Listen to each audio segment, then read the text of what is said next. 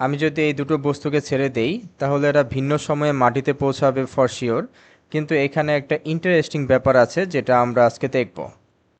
আমরা যদি এই দুটো বস্তুকে ছেড়ে দেই তাহলে আমরা দেখব এই বর্গাকার বস্তুটি মাটিতে পড়ার সময় বেগ 44.27 এবং বৃত্তাকার বস্তুটিও যখন মাটিতে পড়ে তখন বেগ কিন্তু 44.27।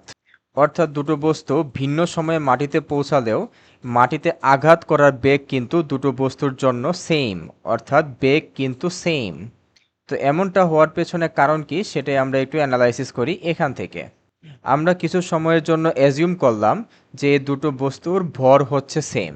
অ্যান্ড খেয়াল করে দেখো দুটো বস্তুকে যেহেতু একই উচ্চতা থেকে ছাড়া হয়েছে অ্যান্ড দুটো বস্তুর ভরও সেম, তাই আমরা বলতে পারি এই অবস্থায় দুটো বস্তুর বিভব শক্তিও কিন্তু সেম।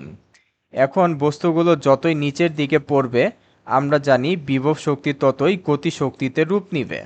যখন এই বস্তুটি মাটিতে পড়ে তখন তার সবগুলো শক্তি হচ্ছে গতিশক্তি, এবং যখন এই বস্তুটা মাটিতে পড়ে তখনও কিন্তু তার সব বিভব শক্তি গতিশক্তিতে রূপ নিয়েছে।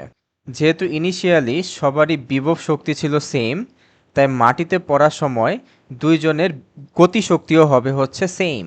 এখন মাটিতে পড়ার সময় দুটো বস্তুর গতিশক্তি সেম, আবার দুটো বস্তুর ভরও আমরা সেম ধরেছি, তাহলে দুটো বস্তুর বেগও কিন্তু মাটিতে পড়ার সময় সেম হবে।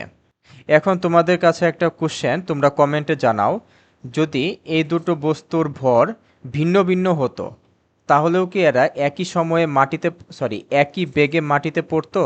তোমরা এটা আমাকে কমেন্টে জানাও, যদি ভর ভিন্ন হতো তাহলে কি একই বেগে মাটিতে পড়তো কিনা।